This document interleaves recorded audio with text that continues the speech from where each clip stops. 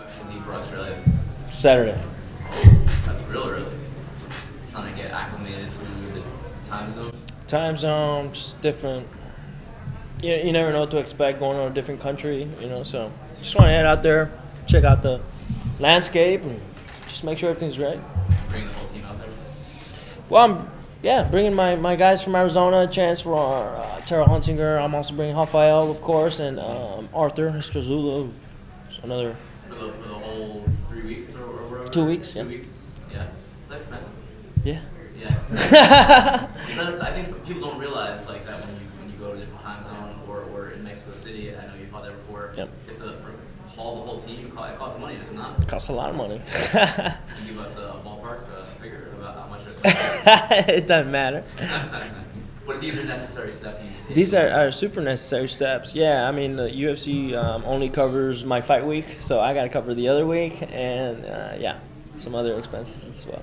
And if you want to be the best, probably got something to be in the fight. You have to take these measures. Right, I need them. This fight especially is critical. I need my whole team there helping me out. Whatever I need, they help me out, man. Yeah, it's crucial that I bring my whole team. On The Ultimate Fighter, I think that a lot of people saw more of you. Not just a different side of you, I think, because that side's always been there, but you had the leadership, you had the advice that you were giving Maurice or the guys. Sure. You were like Kelvin, the one that was kind of like mentoring these guys. Yeah. Like, how do you think that does for, I hate to use the word brand, for your brand. I'm sorry? How does that do for your profile, the way people look at you? I don't know, man. I was just being me, you know what I mean? And I was just trying to help these guys out the way that I was helped out, trying to mentor them the way that Chael did and his team, and I kind of just try to implement that, you know what I mean? I in my experience, the way that Chael and his team ran that whole camp for my tough was the way that I try to emulate it for that tough as well, and it worked out great, man. I felt like the whole team environment was just as good as it was in my season, so it worked out great. Do you think people underestimate they say fight IQ, like how much you know about fighting? Because I think when you came into the UFC, you were, you overran people, but now do you think that there's more to you from the mental game?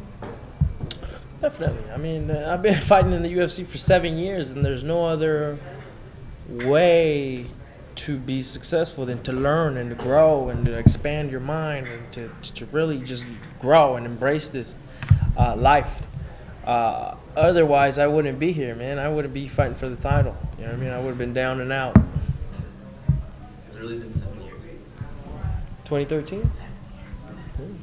You're all grown up now. right before your eyes, right? What was it like? You went down to Australia. I guess it was a month ago or a month plus ago, right? Something like that. Yeah. You are down there. What was it like, kind of being with them? You were with them during the show. You're with them again during the PR thing. Is that weird being in so close proximity to your? You know what? We had to deal with each other. I mean, he's a pretty civilized guy, and I'm pretty laid back myself, but there's always that little tension, you're gonna fight each other, and it's just like you don't want to be around more than you have to. He was professional, and we did the work that we had to, but didn't want to stay more than we had to together, And when I went to Australia, same, civilized interactions, but nothing more than we had to. You know what I mean? We I don't know. It's just this weird little energy between him and I, because we know we're gonna fight each other. Right. There was that thing a few months ago that he didn't like that you said about him about he's been through a lot of wars and he may not be the same guy. He was a little upset about that. Did he say anything to you when you guys were together? He's never said anything. No. Gastelum, buenas tardes. ¿Cómo te sientes sobre esta pelea que estás peleando en Australia, que son obviamente ambientes diferentes de los que estás acostumbrado uno? Y si sí, ¿cómo estás preparado para eso? Bueno, pues la verdad es que he tenido peleas en otros países diferentes. He estado en esta posición donde he peleado contra el peleador de casa, ¿no? Fui a New York, a Long Island, a pelear contra Chris Weidman, literalmente en su casa. Fui a Río de Janeiro a pelear contra Jacare. Así que esta no es la primera vez que he estado en esta posición donde no voy a ser el favorito, ¿no? Así que me gusta ser el que arruina los planes de otros. you obviously referenced fighting Chris Weidman in his house, Jacare in Brazil. What's the biggest thing you took from those experiences in enemy territory that's going to help you in Australia for Whittaker? Yeah, like I said, I've been in this position before where I'm not the hometown guy. I go out, fought Jacare in Brazil, in Rio, fought Weidman literally in his backyard in Long Island, fought in Fortaleza against Vitor. I mean, this is not the first time I've been in this kind of position, and the biggest thing that I take away from it is just that I can thrive in these kinds of environments. You know what I mean? I mean, I lost against Weidman, but I don't mind being under this kind of pressure. You did media obviously in Australia. How did the fans receive you when you saw them out there, and just, you know, they knew you're obviously going to fight their guy, but yeah. How did they treat you? Yeah, real civilized, real respectful, nothing too crazy. I mean, Australians love fight, and they love the UFC, so it was pretty cool. Kelvin, when's going to be your time? I mean, you talk about going to New York for Weidman, Brazil for, and then obviously now Australia. Just when getting the belt, you're making it LA, you know. Title defense will have to be in LA, or it'll have to be in Vegas, man, where my family can actually come watch me fight. I was gonna say you gotta get your turn, right, as champ. That's right, my man. Well, when you envision the fight and the fight ending by KO, submission, obviously you're well-rounded all around, but like yeah. Your heart of hearts would go. Well, I feel like, I mean, like Rob's not one of those guys that kind of looks for the takedowns. You know, he's not one of those guys that does, and neither am I. Although I do have wrestling abilities, I do have abilities on the ground. We're not two guys that look for that takedown. We're going to look to box, we're going to look to exchange, and we're going to look to knock each other out. So, I'm predicting first round knockout, but you know, you never know. As a fighter, when you're fighting someone like that, like you said, you're fighting someone who's going to bang with you, is that a little more exciting than kind of having, okay, I got to wrestle this guy? It's exciting. It's exciting. But at the same time, you can't ever count on just that. You know what I mean? But it's exciting knowing that he's going to want to, you know, exchange, and hopefully it's an exciting fight. I mean, I've been watching Rob for a long time now. Even before he was champion, I was like, this is a guy that's going to be a fun fight for me, you know, and I feel like it's a fight that I can win, that I know I can win. So I still feel the same way. Going back to his fight with Romero, you took a lot of damage in that fight, and you said that maybe seeing someone take a lot of damage, does that give you sort of hope, like, I can hit this guy, or do you look and think, well, he's got a lot of heart, I'm going to have to really go deep to beat this guy? Which is It's both, man. You know what I mean? I know that I can, if I clip him, I mean, anybody in the world. It's not just Rob. Anybody that I clip my left hand in is going down. But yeah, I mean, Rob has a lot of heart, man. I mean, I'm expecting a hard fight, but at the same time, I'm so prepared for this opportunity that I'm expecting it not to even be close. Do you think a fighter can only have so many of those fights before one day they just wake up and they're not the same? Oh yeah, for sure. I mean, even me, these 7 years have taken a toll on my body, and especially, and I've never had those kinds of fights. I mean, Jacare was, but not to where I've had like a bloody, messy, gorging fight where I was bleeding. No, I've never had those type of battles where I broke anything, I broke an ankle, or I broke a hand. Thankfully, I've been very, very blessed to be healthy throughout my career. Sometimes you hear fighters saying they want one of those fights. Do you not? Would you rather avoid them? I'm sorry? Sometimes you hear fighters saying they want the war, they want to get in those. Are you trying to avoid that for as long as Yeah, I was laughing backstage and after my fight with Jacare, just like, oh my God, what a war that was. Even though I wasn't like physically beat up, or I was, but you can see it facially. I mean, I was okay. But that was one of the hardest fights that I've ever had. I mean, it was just back and forth. I dropped him, then he got up, and then started rocking me, and then I got him. So it was a war, man. I was just backstage like, oh man, that was fun. You know what I mean? I enjoyed it. Ya que estamos hablando de qué tipo de pelea te gusta más y todo eso, ¿qué significaría más para ti, tal vez un knockout o una sumisión? Pues la verdad es que me gustaría ganar por knockout. La verdad es que a la gente le gusta ver los knockouts y es lo que quiero dar. What do you learn about yourself as a fighter, as a person, when you have those knockdown fights like you had with Jacare? Oh man, a lot. No, not really. Well, To be honest, I learned a lot about myself because I had one of my conditioning coaches begging me to pull out of that fight because just weeks prior to that fight, I had my ankle swelled up like a grapefruit. You know what I mean? And I wasn't able to train on it, wasn't able to train properly on it for the last few weeks of that camp against Jacare, and he wanted me. One of my coaches wanted me to pull out, but I said no way, man. We're gonna go in there. Figure it out somehow, and so I did. You know, I went in there maybe at 70 something, percent. You know what I mean? Because I wasn't in great shape for that fight, and somehow I just managed to pull it out. Why did you persevere? Because it's my job. You know what I mean? This is what I do. It's my job. What did you learn about yourself? Would you say after, or do you think that's something necessary fighters have to go through? No, not at all necessary. I was just being stupid. But at the same time, you do learn about yourself. You learn that you can adapt to certain situations and that I have a lot more heart and will than I thought. Does it give you confidence in going forward? Yeah, absolutely. I mean, that was me at not even 100%. Now imagine, against Jacare's 100%. Now imagine me at 100%. Going into this fight, I'm super ready for this fight. Everything's way ahead of schedule. I'm so excited for this opportunity, guys.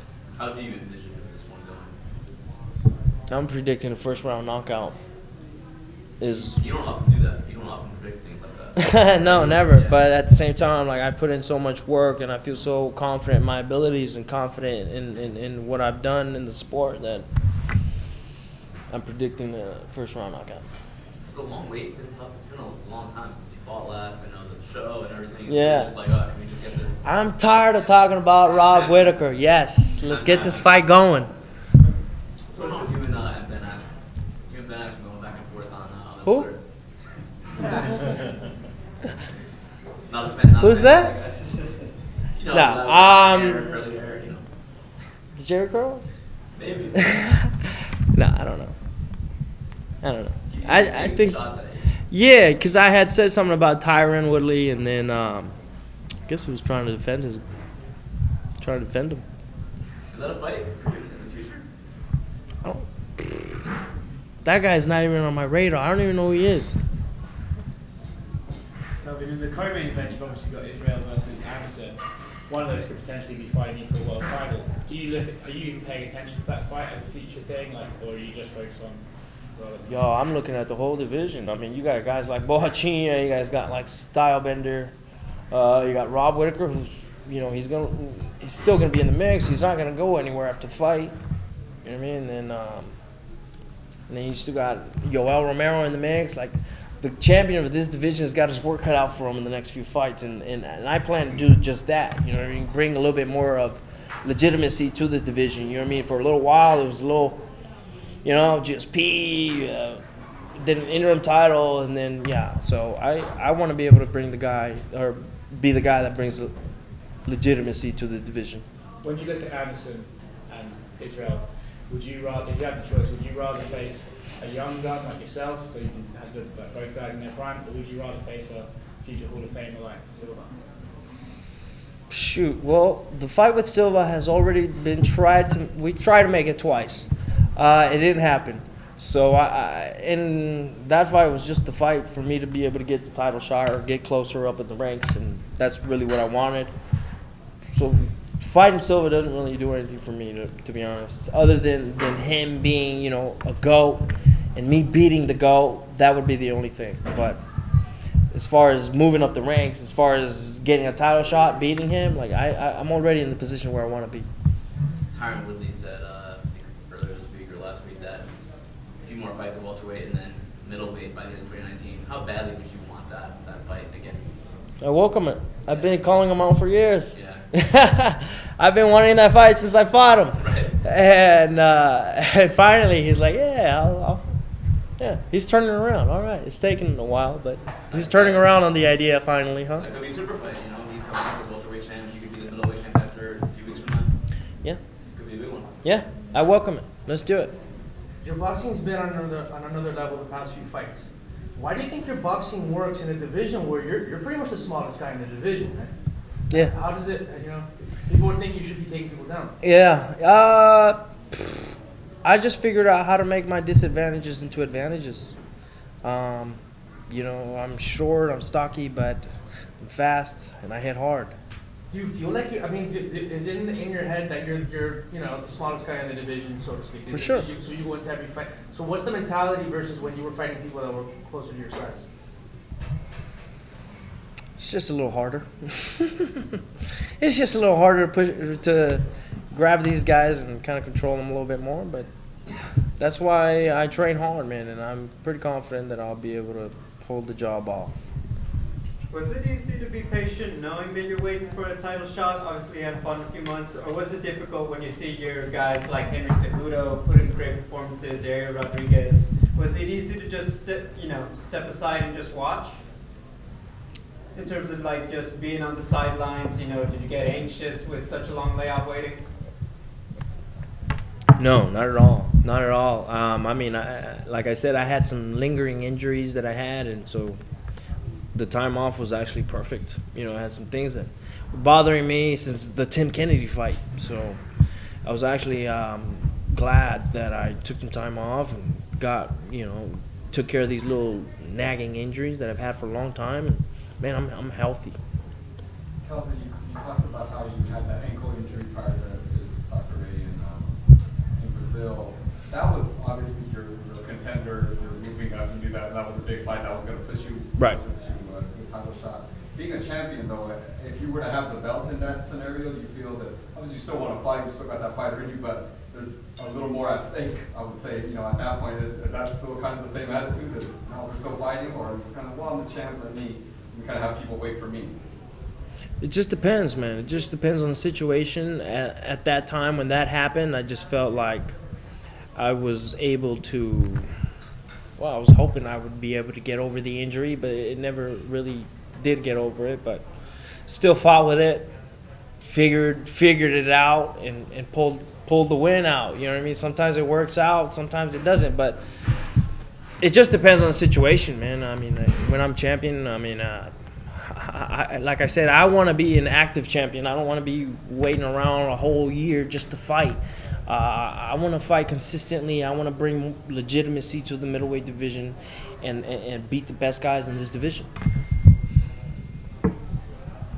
You said that you'd like to fight at welterweight again. Do you still feel that way? Or are you way past wanting to go back to welterweight? That's always in the back of my head, yeah.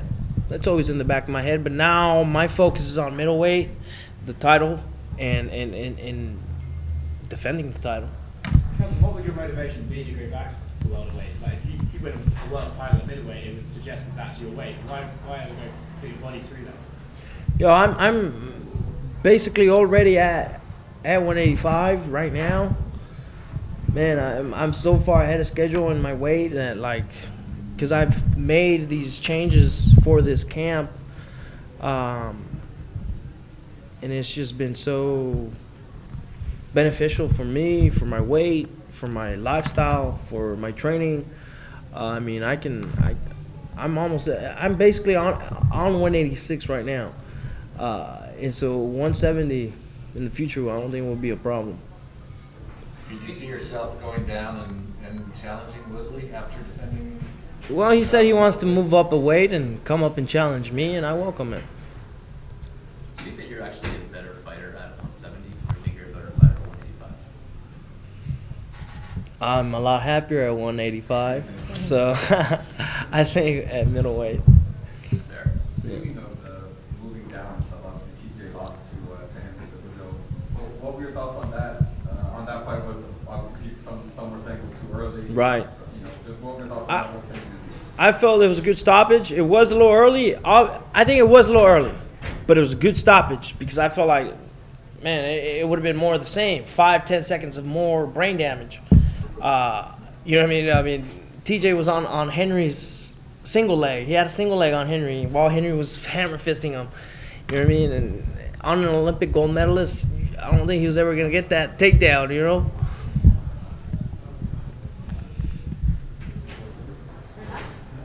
How much do you still love Cheetos? That was just some fun that me and my buddy Adam came up with, man. That was fun. I know a lot of people like to psychoanalyze fighters, like why they get into something like fighting.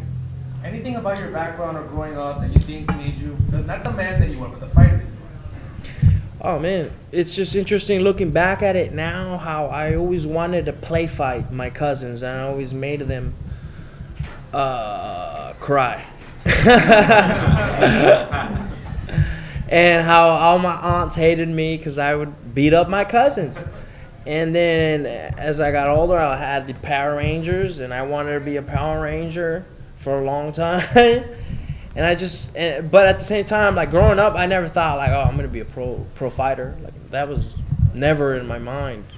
Not until I was like 17, 18, where I had already been training for some time. But now looking back, like I always loved fighting.